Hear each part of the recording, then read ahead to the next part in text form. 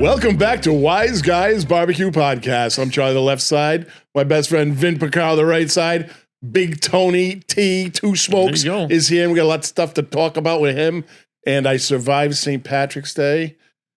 It was a rough one. Daddy looked into a bad one yesterday, but today I'm okay. That means the supporting staff did well. I have a great support crew. Wingman, these guys take care of me, so a good time was had by you all. Yes. So, Tony, I mean, I know I just saw you yesterday, but what do you got going on now? What's Two Smokes up to? Well, wait a minute. I want to just make it official. I went outside after St. Patrick's Day, and I measured, and I think I'm down under like 2 or 3/4 of an inch of snow outside. So yes, Olivia is free.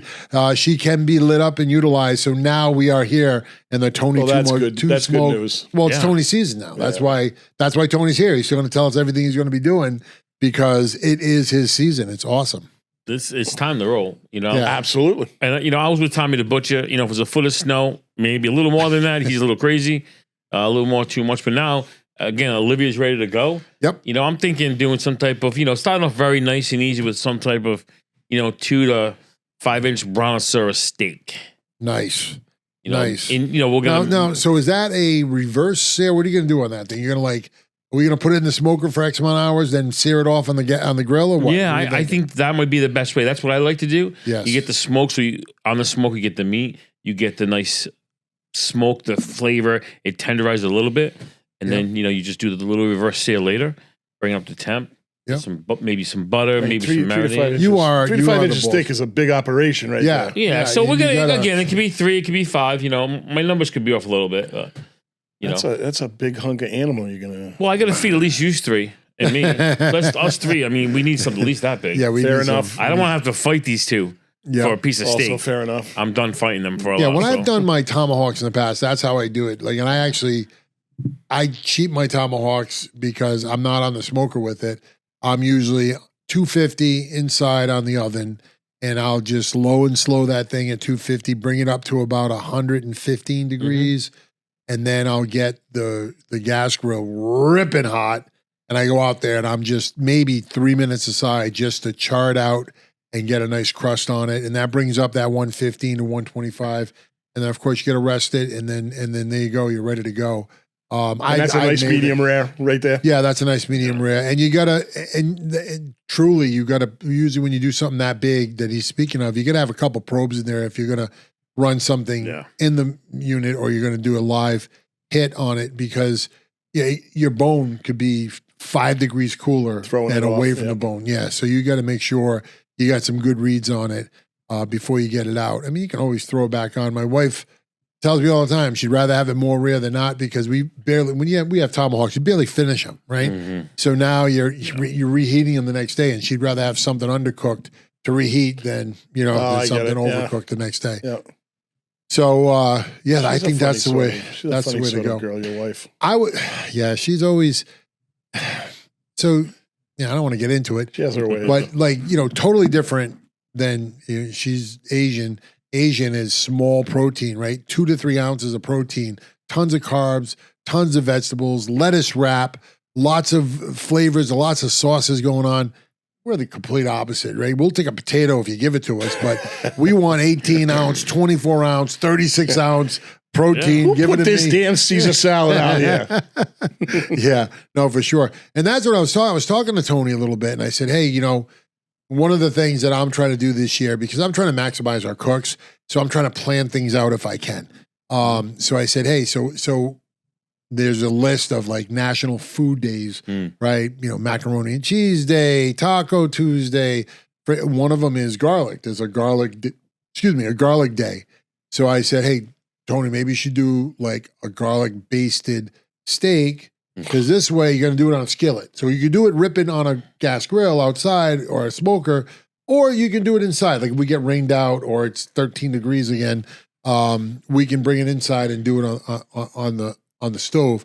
So, that was going to be one of my easy cut-ins rather than your brontosaurus meat over there. You got to start somewhere, but actually I like black garlic too if it's in season. What's black garlic? I never heard of it. Oh, so is it garlic that's just really old? It's more for fermented in a way. They actually, in Connecticut and Mystic, they have a black garlic festival in August. Really? Well, yeah, they do. And you can get it sometimes in the market certain times of the coming up season. with these black truffles, black garlic. Yeah, black shirts. But what I was going to say is about the funny thing about your wife as far as the protein, because when at my first house years ago, we were replacing, putting a brand new deck on the back, about 20 sections of fence. So I'm like, I'll take care of it, home. We got some friends. You know, that's how I learn, right? I have people come over like Bobby and that they're carpenters or people that do it, and I learn. So we had about 15 people coming over that one Saturday. Like a barn raising in the Amish. Exactly. Not the Amish. So Amish. I go home. I got everything taken care of. I had from Starbucks the big canister of coffee coming, like the 2 gallons. I had that. I had all the meat. Got everything cooked, ready on Friday. Friday night, my wife goes, are you all set for tomorrow? I'm like, yeah. We got this. She's like, well, there's like no vegetables. I'm like, and yeah, I'm like, I don't think of that. Like, we just want meat. We had steak. And my dad was there. What do you mean, honey? We got bacon. We got bacon. I go home. We got pork. We got bacon. We got ribs. Bacon's a vegetable. You know. So, but she felt better. I'm like, hon, if you feel better, feel free. And I think she made a salad or something. Yeah. And like 1 out of the 20 people had some. But if I have a vegetable, it's a mushroom, right? Mushroom and onions. Yeah, I'll do something good. like that. I'm still a killer for cream spinach and. I put it with the raw onions. It's it's like Onlyville wieners again with a T-bone steak. Yep. You can't go 2 days later. You can't go wrong. Yeah.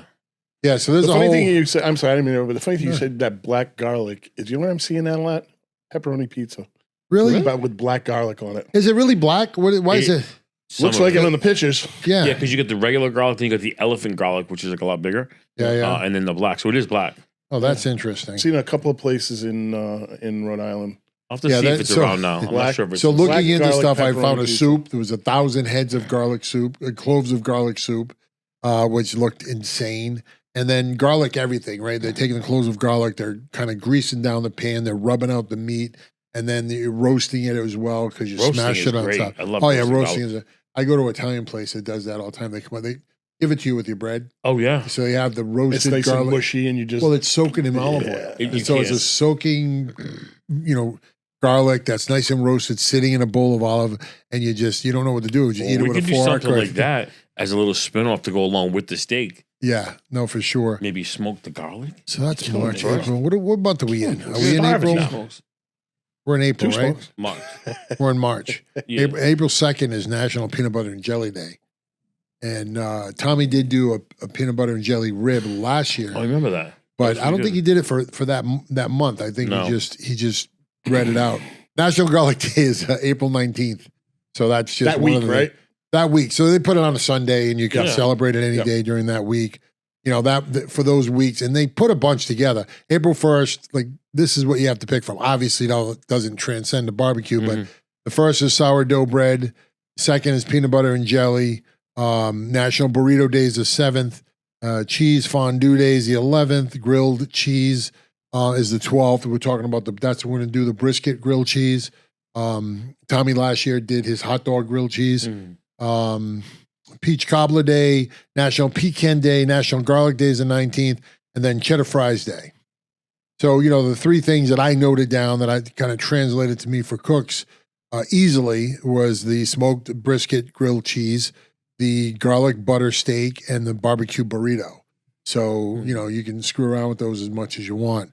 And then, that's how it goes every month. And my intentions of getting that out in front of the team was just that. Say, hey, you know what? I want to do this for that date. And then we'll get it into the rotation so we can maximize the efforts, which is great. But yeah, there's so much we're looking to do. And, I'm going to drop a little surprise on you now, which is turning into a bigger project than I originally thought, but it should be wonderful when we're done, is, I saw a video, and I'll post a link up there for it. It's a YouTube video.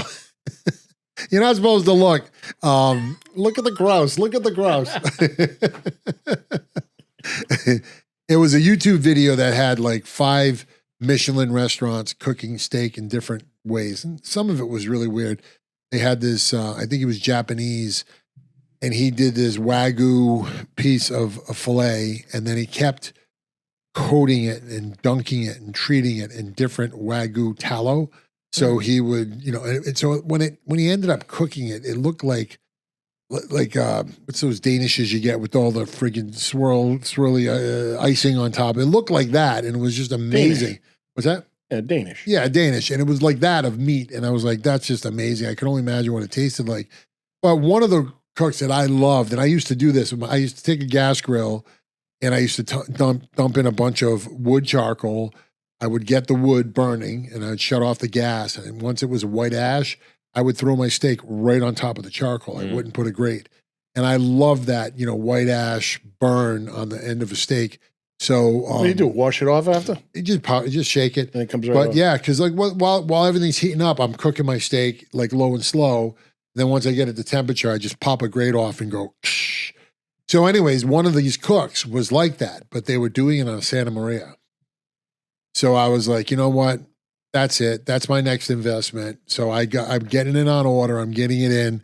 Sue and I talked about it a little bit, and now it turned into, okay, we should extend the patio a little bit to fit these things and add a little fire ring over here. Yeah. But it's home improvement project. Exactly. Luckily, it's not a DIY one, so it's okay. But it's going to be, so we're going to have a Santa Maria grill out fantastic. there. Right. So now you don't, I know you are Tony Two Smokes, but in theory, with a Santa Maria, you're smoking. You're just not doing it in an enclosed environment. Right. You're just doing it above the charcoal, the flames, and it should be fun. It should be. Have you seen those ones where you crank the thing, the whole grill comes up? That's awesome. Yeah. And I think what could be a small addition is a nice Italian-laid pizza oven, because you need a place to actually heat the wood up and close. So you get the pizza oven, you heat all the wood up in there, good idea. And then you can put that to the Santa Maria underneath, get the coals going. And if you got to use it for a quick pizza, you do. Yeah. It was an interesting conversation because garlic pepperoni pizza. There you go. The thing that both Sue and Tommy wanted me to add last year was what they call it, the flap top, the black top, it's like just grill. a flat. So I'm excited about that because that adds another dimension to the cook. I mean, when I started smoking, and I'll be honest with everybody, because I didn't know what the hell I was doing, and I still don't, folks. Don't take it the wrong way. But when I didn't know what I was doing, I liked set it and forget it, pellet smoking. Just turn it on, put the friggin' Wi-Fi thermometer in and walk away. It was nice, easy, love to go.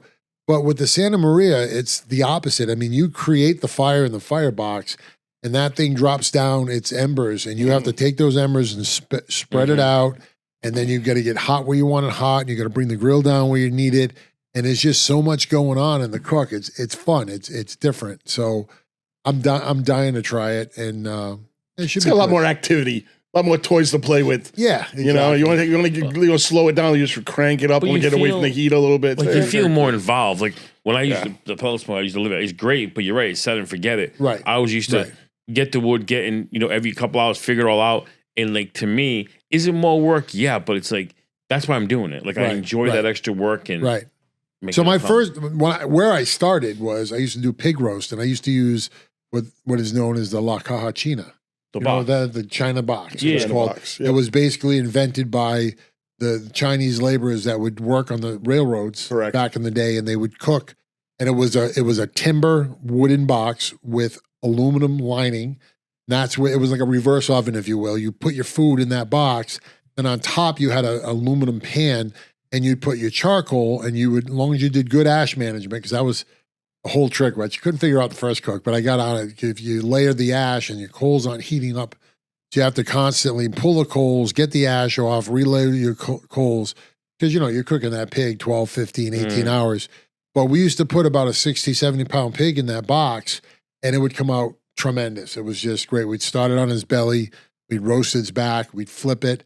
We already had put all the seasoning inside of it when we kind of hung it, right? We'd get great on Gano Street. We had this Portuguese that meat market's deli, still there. Meat market. So they would bring in this pig out of Pennsylvania, and they were awesome. They bring it in on a Wednesday. They would let us go in and get the, let's say Mojo. I'm not sure if it's the right thing. It sounds too familiar, but it was we'd make it out of pineapple and orange juice and all the seasonings, and we inject it in the pig while it was hanging in their freezer.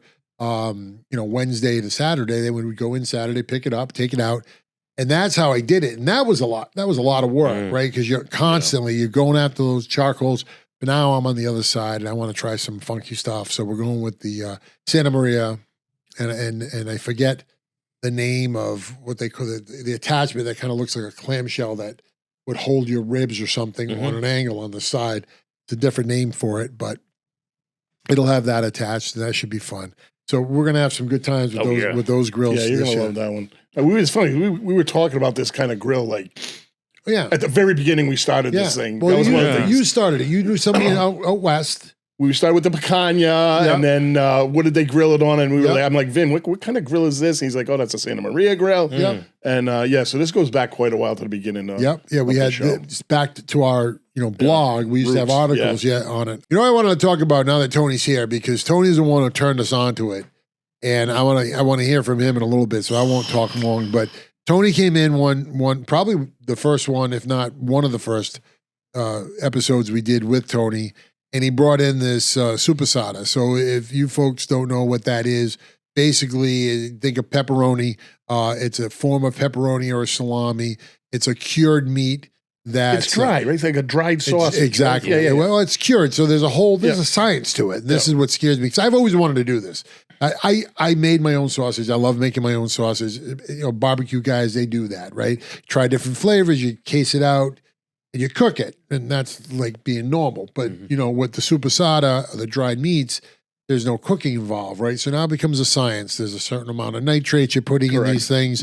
And you got to keep it to a certain climate, usually 50 degrees, you're drying it. The moisture levels and all that stuff, yeah. And there's a lot, right? Because they, one of the first things they did, and if you remember, I was kind of taken back until I learned more about it. When the one Tony brought, it looked like a capital I. It was like flat, and and I was like, why does this look like this? Because right after they make it, once they case it, they'll hang it for a period of time, maybe a day, prick a bunch of holes in it to get a lot of the fluids out of the major fluids. Then they put it flat and they press it. Right. And Tony was talking about this with me. They'll take bricks, they'll take pots, they'll take whatever's in the goddamn garage and just layer it out on top of these cased supersadas just to kind of press it to get all that other fluids out of it before they go into a curing process, which usually takes months. And they hang it and they go. You have to hang it in a special way. I remember one of the chefs at the hotel. I'm going through the basement of the hotel one night. It's this big. It's one of our warmers that we use for banquets and stuff. And I was like, I said, what's this thing doing down? I opened up. He's got all sausages hanging in it. Yeah.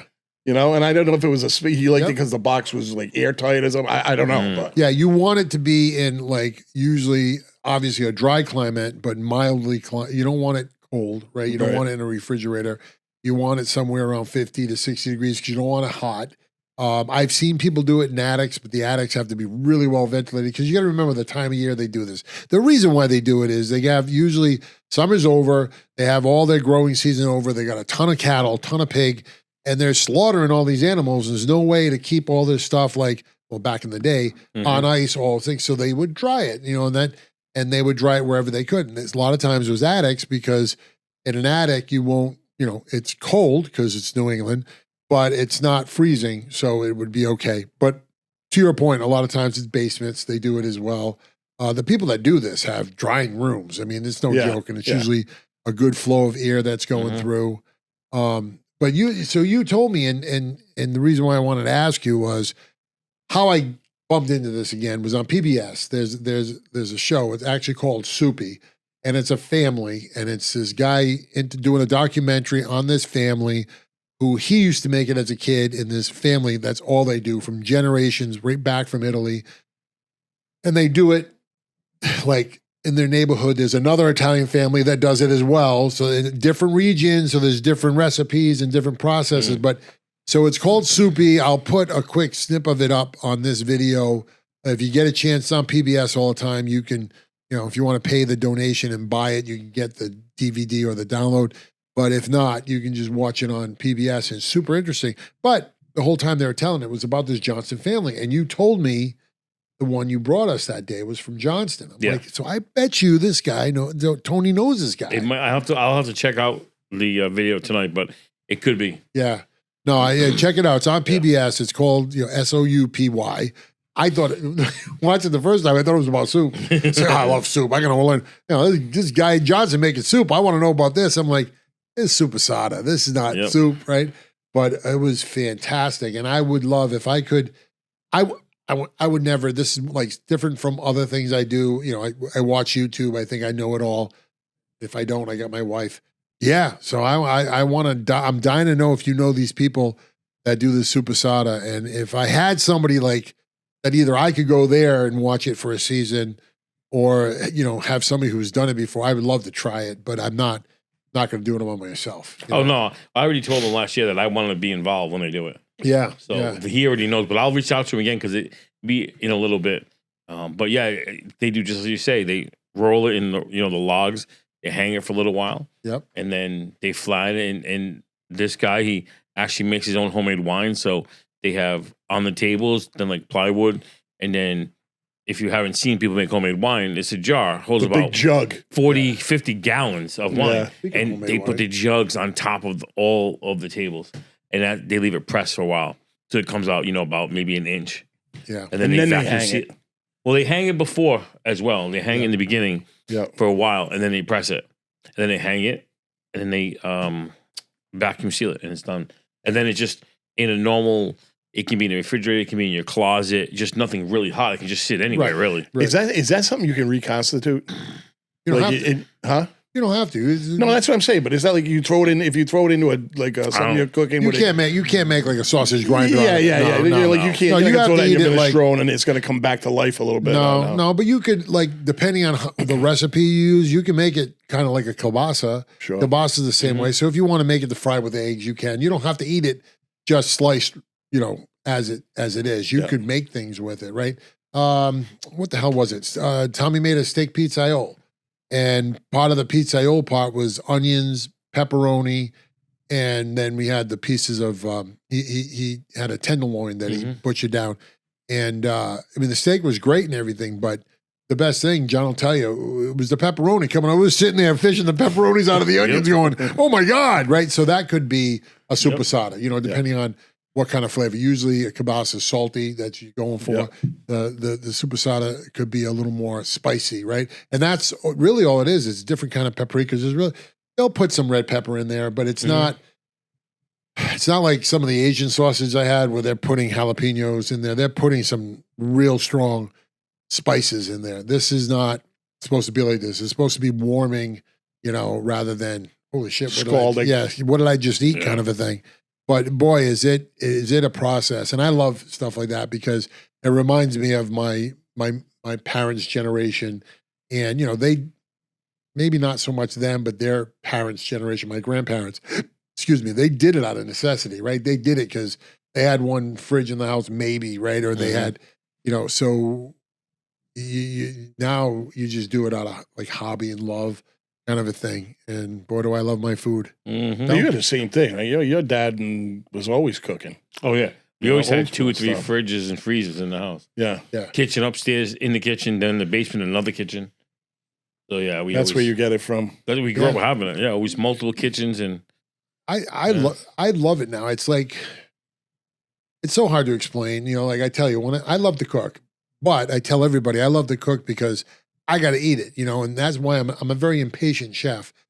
Once that thing comes out of the package and goes in the pan, it's got to be in my mouth.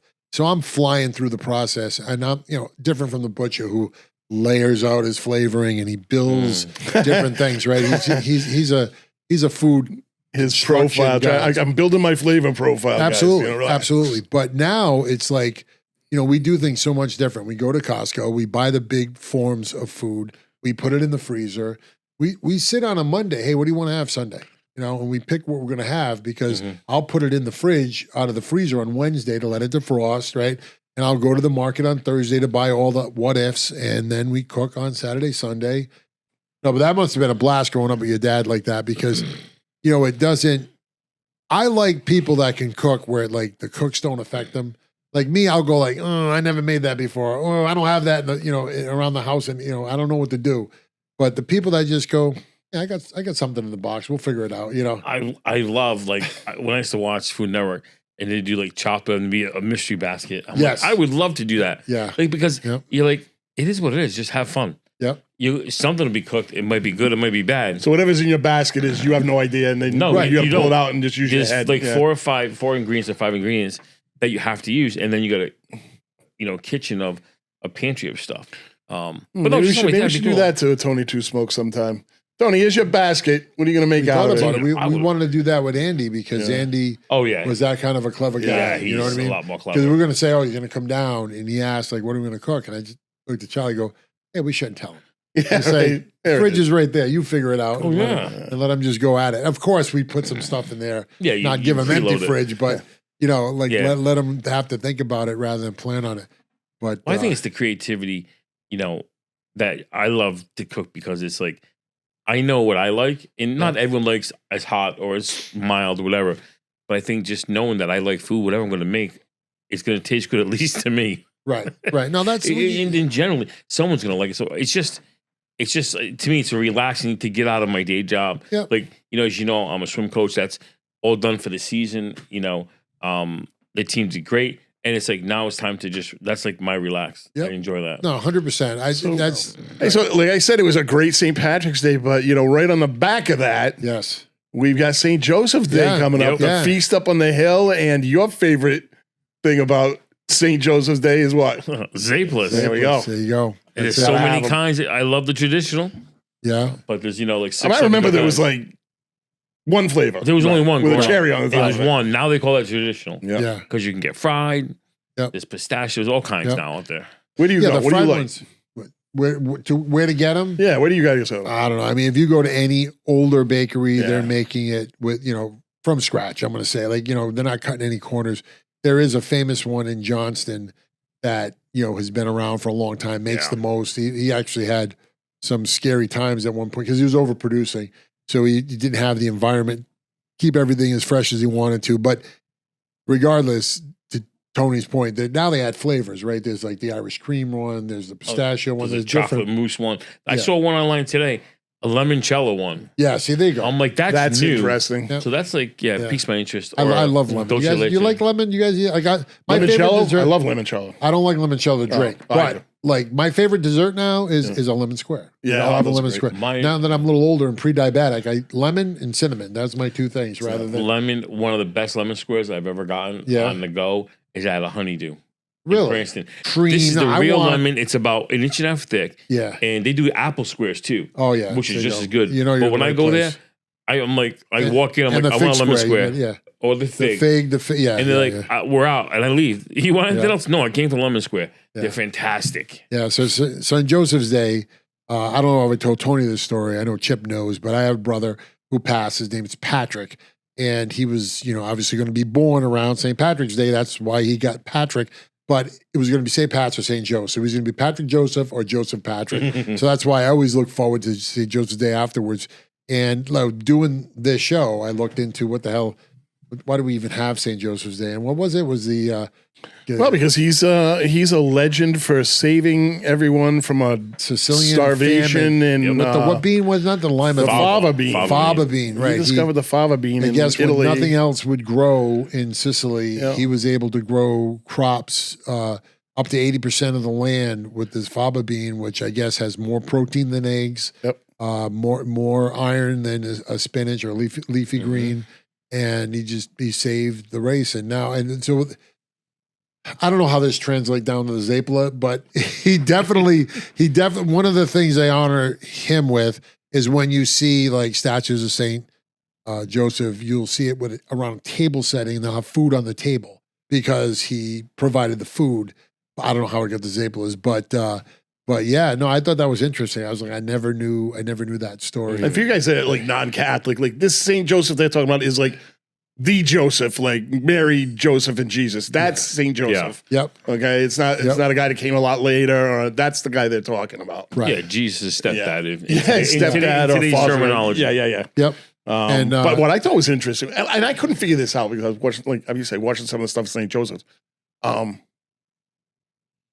Was this like a long time after he was dead that they prayed to him for this, or he was actually like this was in his lifetime and he did this. Like the savior piece of the food happened in his lifetime because he literally brought this crop that would grow in Sicily at the time with, and then it was like, okay, so once he showed him how to plant these things, then it became this, he must have passed. And after he passed, they would pray to him. They would pray for rain. They would pray for the that's what that one guy was saying. Yeah. Right. So there were things like that happened. Now, again, why did it turn into all foods? And of course, with the Catholics and in being in this part of the country, right? It's huge. I mean, in my household, St. Joseph's was more important than St. Patrick's. So it didn't matter. Oh, St. Patrick's Day, how nice, wear green. Let's go get the Zapolis. 2 days later, you were out the door looking for the Zapolis. No respect. Sure. Yeah, I hear you. My house was the same way, though. No, you guys are Italian. What do you mean? Yeah, that's why. I just hear this guy say, I understand why all these traditions were about food. That's all you guys are about is food. Yeah. I mean, food is essential to your culture. You're here stating you're curious as to why some people are putting other events ahead of St. Patrick's Day. And I get that. But, dude, you're not even Irish. And you're putting St. Patrick's Day ahead of other. I don't get it. We thought he was Irish. We thought he was. We thought he was. Yeah, that's right. He's not. Their holiday is about food. Mine is about booze. That's right. Okay? He made his own up. And for you diehards that waited out last week's video and found that out, God bless you. There was a few. I got a couple of emails from. Oh, that was really funny. That Chip is not even Irish. It's like, wow, you watched the whole thing. Went about 30 years before I knew. Yeah, that blew my mind. Boy, don't I feel like the asshole. So have a great St. Joseph's Day, folks. It'll actually be, when's the last time you were up on the hill for St. Joseph's? I was just going to say, it's been a while. It's been a while. And if I went up there during this time, I'd go for the St. Patty's Day parade before I'd go. The St. Patty's Day parade up there is pretty darn good. Well, I noticed they've lined all the streets around downtown with the Italian flag and I know. I heard it's gotten a little rough up there at night sometimes. Rough how? Like people with shenanigans. A little. Well, I think fisticuffs. I don't know. Well, people want to fight more now. In the old days, you didn't have the fights; you just had the hits. Right? It's always it's all about the hits. When the mafia ran Federal Hill, the what? The what? The group of Italians that ran. I don't know what he's talking about. This thing of ours. Yeah, there's some people that ran it, but again, it was a safe environment, right? Unless you got on their bad side. But nowadays, I think it's a crapshoot. It's definitely a culture shift in a lot of ways. Yeah. I remember over at Mount Pleasant, that used to be huge Italian neighborhood over by Mount. Yeah. And that's come and gone. You still have some people still live there, obviously, but yeah, it's just and those people are funny because they're the diehards, right? They walk through those neighborhoods just like they did 40, 50 years ago. Yeah. And I'm like, it's a little different. Nah, who are you listening to? Well, we were out for your birthday yesterday. And one of our longtime friends that usually either joins us or shows up there on his own accord wasn't there. So I just say, hey, what happened? No rocks this year? And he was like, it's not safe out there anymore. And I'm like, he's younger than me, Really, Tank? Yeah, right. So I just strapped one on and I was having a great old time. I was safe as a bug in a rug. Mm-hmm. Yeah, people don't tend to involve themselves with our business very much. No, like we said 40 years ago, you look for trouble, you find trouble, right? Yeah, so there you go. You just don't. We look for laughs and have a good time. Well, folks, thanks for joining us another week. As always, get out there, eat some more barbecue. Go grab a Zapple or a two. Think of Tony Two Smokes when you're doing it. Yep. Join in for these cooks. They're going to be fantastic. You'll hear all about them soon on social media. I didn't say it at all in this video, so I'll say it now. Please. Tony's favorite thing, like, subscribe, ring that bell. Ring that bell. Yeah. Ding, ding. You guys have been fantastic. Our membership's up higher, obviously higher than it's ever been, but it's crazy. We, as you grow exponentially. We put something up and we get 50 new subscribers just in that 1 or 2 days of something going up. So thank you very much. And get your Zapolis, man. Let's go. Go get them. St. Joseph's Day, baby. Adios.